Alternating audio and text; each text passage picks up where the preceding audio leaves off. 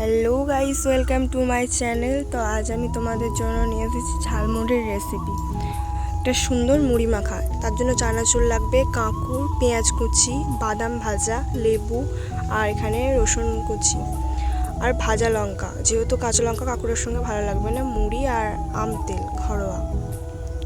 তো প্রথমে আমি ভাজা লঙ্কাটাকে নুন দিয়ে মেখে নেব।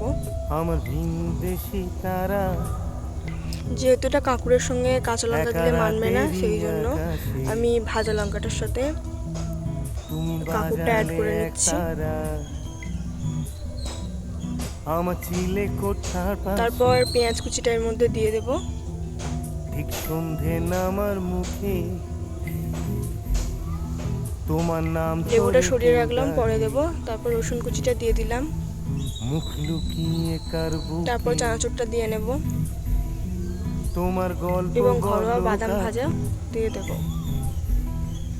আমার পরিমাণ মতো তারা লবণ দিয়ে নেব। তোমার অন্য পাড়ায় বাড়ি, আমার ভয় পাওয়া চেহারা, আমি আদতে আনাড়ি। ঘরোয়া আম তেল বানানো, মা ঠাকুমাদের হাতে বানানো আম তেল। পরিমাণ মতো 3 চামচ দিয়ে দিলাম।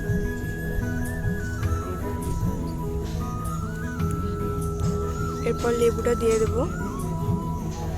আমার আকাশ দেখা ঘুড়ি, কিছু সব কিছু একসঙ্গে মেখে নেব। সুন্দরভাবে মেখে নিলাম। আমার আকাশ দেখা এর মধ্যে মুড়িগুলো দিয়ে নেব। কিছু মিথ্যে বাহাদুরি, আমার চোখ বেঁধে দেওয়ালো। সব কিছু একসঙ্গে মেখে নেব শীতল পাটি,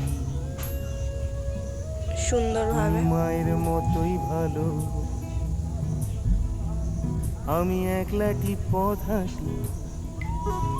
মাখা আমার রেডি। আমার বিচ্ছিরি এক তারা, তো এরপর আমি প্লেটে এটা ঢেলে নেব। কথা কানে তোমার কিসের এত তাড়া,